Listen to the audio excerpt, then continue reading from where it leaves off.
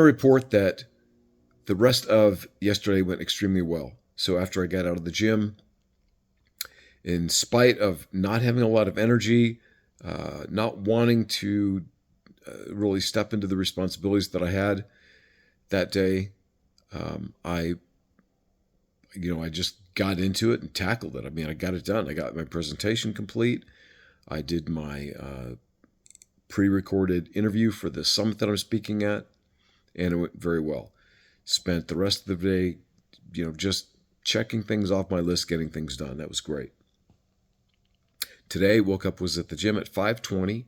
Did not, have a lot of energy and motivation. Right, it was another day where I just didn't feel that natural.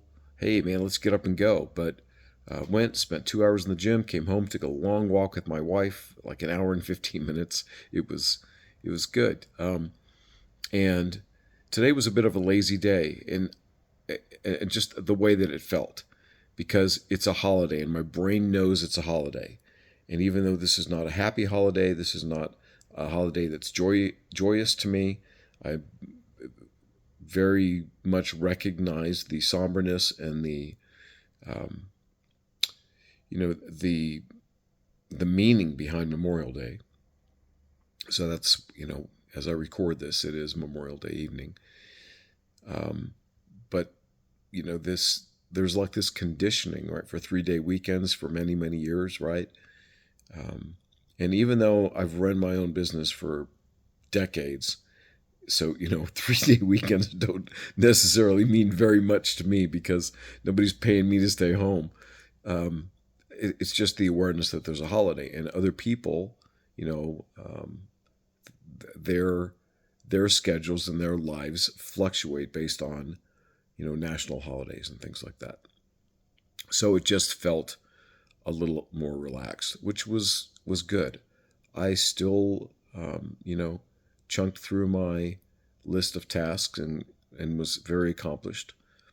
Actually, I did something tonight that was very meaningful. I have a friend that has muscular dystrophy, and we've been friends for a couple decades now. And I have watched him as he's gone through surgery after surgery, and his condition has degraded to the point where, he's gone into a wheelchair and then has become basically a paraplegic, and now can just barely speak and only, use his eyes to communicate with a computer and things like that. Well, he gave me some chapters of a book that he's working on. It's more of a kind of a video diary legacy piece. And he asked me if I would be the voice, if I would record it. And as I was going through this tonight and recording this, man, was I really struck with how great I have it.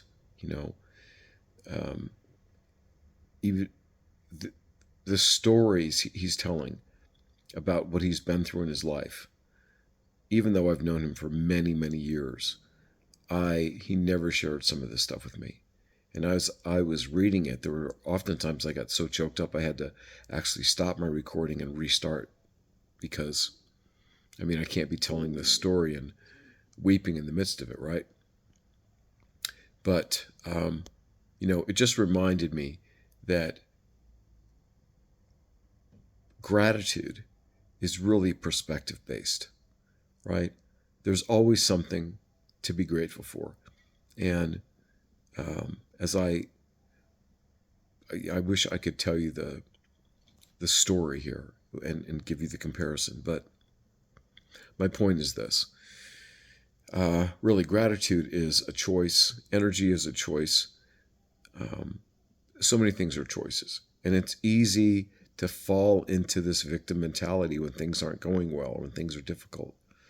And it's also our responsibility, my responsibility, to live the best life that I can, to give it everything that I've got, and to overcome inertia, to overcome resistance, to overcome,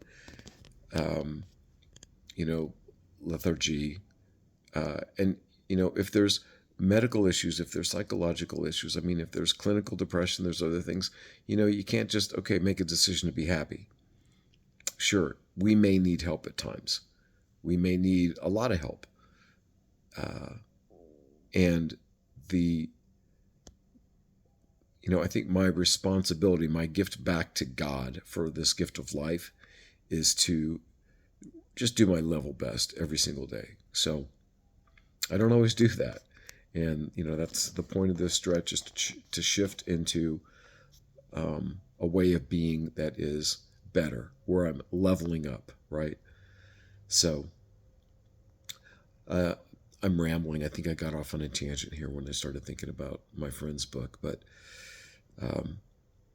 what I want to leave you with tonight is that in spite of how the past few days have been challenging, and my energy has been low, and it's taken an awful lot of